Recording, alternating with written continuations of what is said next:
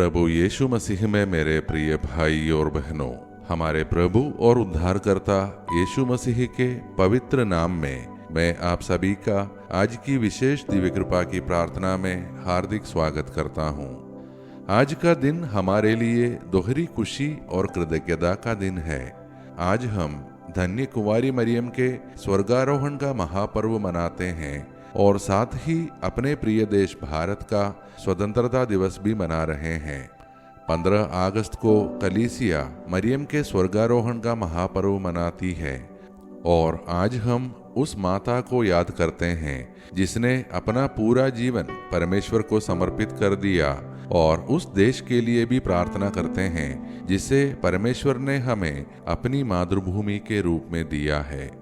आइए इस सुबह सबसे पहले हम प्रभु को धन्यवाद दें, जीवन के लिए, परिवार के लिए, विश्वास के लिए, अपने देश के लिए और उस स्वतंत्रता के लिए जिसे पाने के लिए असंख्य लोगों ने त्याग और बलिदान दिया।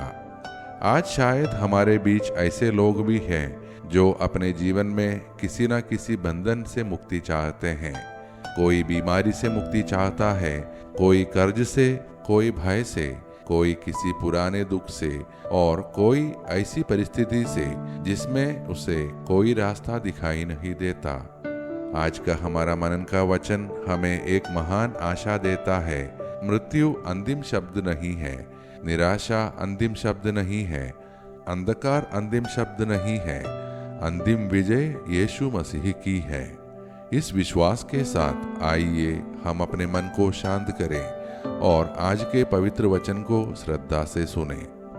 आज का हमारा मनन का वचन कुरिन्थियों के नाम संत पौलुस का पहला पत्र से है, अध्याय 15 पद संख्या 20 से 27। संत पौलुस कुरिन्थियों को बताते हैं कि मसीह वास्तव में मृतकों में से जी उठे हैं और वे उन सब के लिए प्रथम फल है जो मृत्यु की नींद में सो गए हैं। जैसे आदम के कारण मृत्यु संसार में आई, वैसे ही मसीह के द्वारा जीवन और पुनरुत्थान आया। पौलुस समझाते हैं कि जो लोग मसीह के हैं वे भी उनके पुनरुत्थान में सहभागी होंगे। अंततः मसीह हर विरोधी शक्ति को अपनी अधीन कर देंगे और अंतिम शत्रु यानी मृत्यु भी नष्ट कर दी जाएगी। मेरे प्रिय भाई और बहनों, यही आज के पर्व का गहरा संदेश है। मरियम का स्वर्गारोहण हमें याद दिलाता है कि परमेश्वर ने अपने विश्वास योग्य सेवक के जीवन को अपने पास उठाया है और हमें भी उस अनंत जीवन की आशा दी है जो मसीह में हमारा भविष्य है। आज का वचन हमारे भीतर एक ऐसी आशा जगाता है जिसकी हमें इस समय पहले से कहीं अधिक आवश्यकता है। हम एक ऐसी दुनिया में रह रहे हैं जहां बहुत से लोग बाहर से सामान्य दिखाई देते हैं लेकिन भीतर से टूटे हुए हैं। किसी के चेहरे पर मुस्कान है लेकिन हृदय में दर्द है। किसी के पास सब कुछ है लेकिन शांति नहीं है। किसी के पास परिवार है लेकिन भीतर अकेलापन है। किसी ने अपने प्रियजन को खोया है और उस खालीपन को शब्दों में व्यक्त नहीं कर सकता, और किसी को लगता है कि उसके जीवन में अब कुछ अच्छा बचा ही नहीं है। आज संत पौलुस हमारे सामने एक महान सत्य रखते हैं, मसीह जी उठे हैं। इसका अर्थ केवल यह नहीं कि 2000 वर्ष पहले यीशु मृत्यु पर विजय पाए। इसका अर्थ यह भी है कि मसीह के साथ जुड़े व्यक्ति के लिए कोई भी अंधकार अंतिम नहीं है। हमारी आज की परिस्थिति हमारी पूरी कहानी नहीं है। हमारा दुख हमारा अंतिम अध्याय नहीं है। हमारी बीमारी हमारा अंतिम अध्याय नहीं है। हमारी असफलता हमारी अंतिम अध्याय नहीं है और मृत्यु भी अंतिम अध्याय नहीं है, क्योंकि मसीह जीवित है। आज हम धन्य कुंवारी मरियम के स्वर्गारोहण का पर्व मना रहे हैं। मरियम का जीवन हमें सिखाता है कि परमेश्वर पर विश्वास करना हमेशा यह नहीं होता कि हमें आगे का पूरा रास्ता दिखाई दे। जब स्वर्गदूत ने मरियम को परमेश्वर की योजना सुनाई, तब उसके सामने भविष्य की पूरी तस्वीर नहीं थी, फिर भी उसने विश्वास किया। उसने अपना जीवन प्रभु को सौंप दिया। उसने कठिनाइयों के बीच विश्वास बनाए रखा। उसने अपने पुत्र यीशु के दुख को देखा और अंत तक परमेश्वर के साथ बनी रही। आज मरियम हमें एक बहुत सुंदर संदेश देती है। परमेश्वर पर भरोसा रखिए, भले ही हमें आगे का रास्ता दिखाई ना दे। शायद आज कोई माँ अपने बच्चे के भविष्य को लेकर चिंतित है। शायद कोई पिता अपने परिवार की आर्थिक स्थिति को लेकर परेशान है। शायद कोई युवा अपने करियर को लेकर असमंजस में है। शायद कोई बीमार व्यक्ति अपने आने वाले दिनों को लेकर डर रहा है। आज मरियम के समान हम भी प्रभु से कहें, हे प्रभु, मैं सब कुछ नहीं समझता, लेकिन मैं आप पर विश्वास करता हूँ। आज हम अपना देश में स्वतंत्रता दिवस मना रहे हैं। स्वतंत्रता केवल एक राजनीतिक या ऐतिहासिक उपलब्धि नहीं है। सच्ची स्वतंत्रता तब है जब मनुष्य भय, घृणा, हिंसा, अन्याय और विभाजन से मुक्त होकर प्रेम और सम्मान के साथ जी सके। हम उन सभी लोगों को कृतज्ञता से याद करते हैं जिन्होंने देश की स्वतंत्रता के लिए संघर्ष किया और अपना जीवन समर्पित किया। आज हमारी प्रार्थना केवल यह नहीं हो कि भारत शक्तिशाली बने। हम प्रार्थना करें कि भारत न्यायपूर्ण, शांतिपूर्ण, करुणामय और एकजुट राष्ट्र बने। हमारे देश में धर्म, भाषा, क्षेत्र या किसी अन्य पहचान के कारण कोई व्यक्ति दूसरे से घृणा न करे। हमारे बच्चे ऐसे भारत में बड़े हो जहां वे एक दूसरे को प्रतिद्वंदी नहीं बल्कि भाई बहन समझे। हमारे नेता बुद्धि और विवेक से शासन करें और हम स्वयं भी अपने देश के लिए जिम्मेदार नागरिक बने। देश से प्रेम केवल झंडा लहराने से नहीं बल्कि देश के लोगों से प्रेम करने से भी दिखाई देता है। मेरे प्रिय भाई और बहनों, आज के वचन में संत पौलुस मृत्यु को अंतिम शत्रु कहते हैं, लेकिन वे हमें बताते हैं कि मसीह उस शत्रु पर भी विजय प्राप्त करेंगे। इसलिए जब कभी मृत्यु के कारण हमारा हृदय टूटता है, तब हमारी आंखों में आंसू हो सकते हैं, लेकिन हमारे भीतर आशा भी हो सकती है। यदि हमने किसी प्रियजन को खोया है, तो आज प्रभु हमें सांत्वना दे रहे हैं। यदि हम किसी ऐसे व्यक्ति को याद कर रहे हैं जो अब हमारे साथ नहीं है, तो हम विश्वास रखें कि परमेश्वर की प्रेममय योजना हमारी समझ से कहीं बड़ी है। और यदि आज स्वयं हमारा जीवन कठिन है, तो हम याद रखें मसीह का पुनरुत्थान हमें बताता है कि परमेश्वर सूखी हुई आशा में भी नया जीवन ला सकते हैं। जहां हमें अंध दिखाई देता है, वहां परमेश्वर शुरुआत कर सकते हैं। जहां हमें हार दिखाई देती है, वहां परमेश्वर विजय की तैयारी कर सकते हैं। जहां हमें मृत्यु दिखाई देती है, वहां परमेश्वर जीवन का मार्ग खोल सकते हैं। अब आइए मेरे प्रिय भाइयों और बहनों, इस पवित्र दिन पर हम अपने जीवन, अपने परिवारों, अपने देश और पूरी मानवता को प्रभु के चरणों में रखें। विशेष रूप से हम उन लोगों के लिए प्रार्थना करेंगे जो आज स्वतंत्रता के बावजूद किसी न किसी आंतरिक बंधन में हैं, जैसे भय, बीमारी, चिंता, पाप, अकेलापन या निराशा के बंधन में। आइए अब हम पूरे विश्वास के साथ प्रभु से प्रार्थना करें।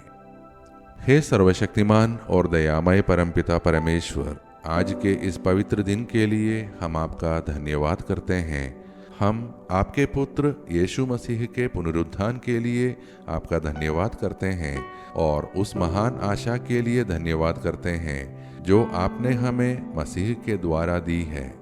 हे प्रभु, आज हम धन्य कुमारी मरियम को श्रद्धा से स्मरण करते हैं। जैसे उन्होंने अपने पूरे जीवन को आपकी इच्छा के लिए समर्पित किया, वैसे ही हमें भी आपके वचन पर विश्वास करने और आपकी इच्छा के अनुसार जीवन जीने की कृपा दीजिए। माँ मरियम, हमारे परिवारों के लिए प्रार्थना करें कि हमारे घरों में प्रेम, शांति, विश्वास और एकता बनी रहे। हे प्रभु, हमारे बच्चों को आशीष दीजिए, उन्हें अच्छे स्वास्थ्य, बुद्धि, सही संगति और उज्जवल भविष्य प्रदान कीजिए। उन्हें हर बुराई और गलत रास्ते से बचाइए। हमारे युवाओं को विशेष आशीष दीजिए जो अपने भविष्य, पढ़ाई, नौकरी या विवाह को लेकर चिंतित है। उन्हें सही मार्गदर्शन दीजिए। जो बेरोजगार हैं उनके लिए अच्छे अवसर खोलिए। जो परिवार आर्थिक कठिनाइयों से गुजर रहे हैं उनकी आवश्यकताओं को पूरा कीजिए। जो कर्ज के बोझ में हैं उन्हें रास्ता और सहायता प्रदान कीजिए। हे यीशु, जो बीमार हैं उन्हें चंगाई दीजिए। जो मानसिक, भावनात्मक या आत्मिक पीड़ा से गुजर रहे हैं उन्हें अपनी शांति प्रदान कीजिए।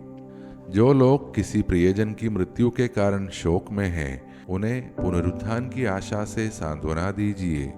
हमें यह विश्वास बनाए रखने की कृपा दीजिए कि मृत्यु अंतिम शब्द नहीं है। हे प्रभु, उन सभी लोगों को स्वतंत्रता दीजिए जो भय, चिंता, नशे, पाप, घृणा, अपराध बोध या निराशा के बंधन में हैं। उनके लिए मुक्ति और नई शुरुआत का मार्ग खोलिए। हे प्रभु, आज हम अपने महान देश भारत को आपके हाथों में सौंपते हैं। हमारे देश भारत को आशीष दीजिए। हमारे देश के नेताओं को बुद्धि, विवेक, ईमानदारी और न्याय की भावना प्रदान कीजिए। उन्हें ऐसे निर्णय लेने की शक्ति दीजिए जो देश के प्रत्येक नागरिक के कल्याण के लिए हो। हमारे देश में शांति और धार्मिक सद्भाव बनाए रखिए। किसी के साथ उसके धर्म, भाषा, जाति, क्षेत्र या किसी अन्य पहचान के कारण अन्याय न हो। भारत के हर परिवार में शांति हो। हमारे बच्चों को सुरक्षित भविष्य मिले। हमारे युवाओं को रोजगार और अवसर मिले। गरीबों और कमजोरों को सम्मान और सहायता मिले। हे प्रभु, जहाँ दुनिया में युद्ध है वहाँ शांति स्थापित कीजिए। जहाँ घृणा है वहाँ प्रेम दीजिए। जहाँ हिंसा है वहाँ करुणा दीजिए। जहाँ विभाजन है वहाँ भाईचारा स्थापित कीजिए।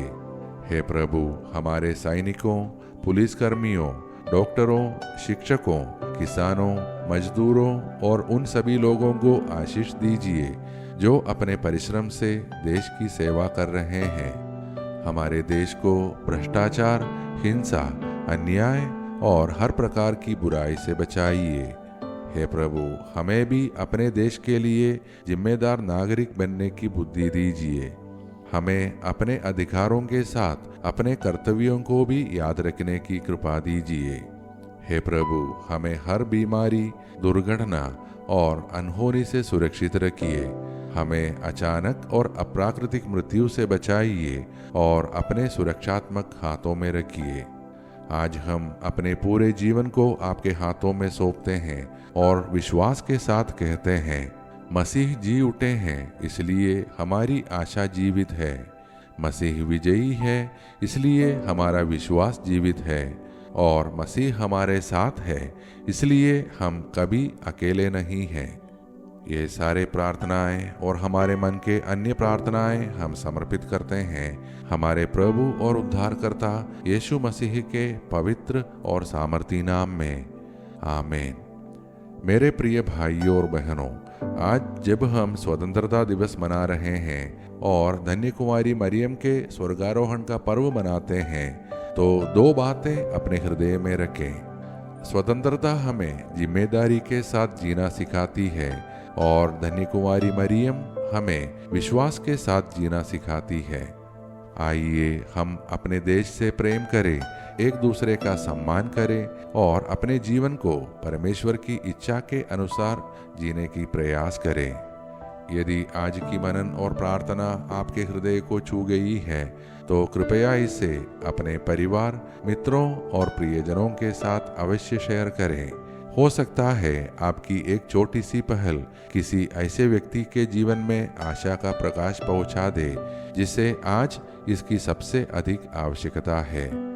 आज के इस पावन अवसर पर आप सभी को स्वतंत्रता दिवस और धन्य कुमारी मरियम के स्वर्गारोहण के महापर्व की हार्दिक शुभकामनाएं। हम सब कल की दिव्य कृपा की प्रार्थना में फिर एक साथ मिलेंगे। तब तक हमारा परमपिता परमेश्वर का प्रेम, हमारे प्रभु यीशु मसीह का अनुग्रह और पवित्र आत्मा की सहभागिता हम सभी के साथ बनी रहे। आमीन। धन्यवाद के साथ स्तुति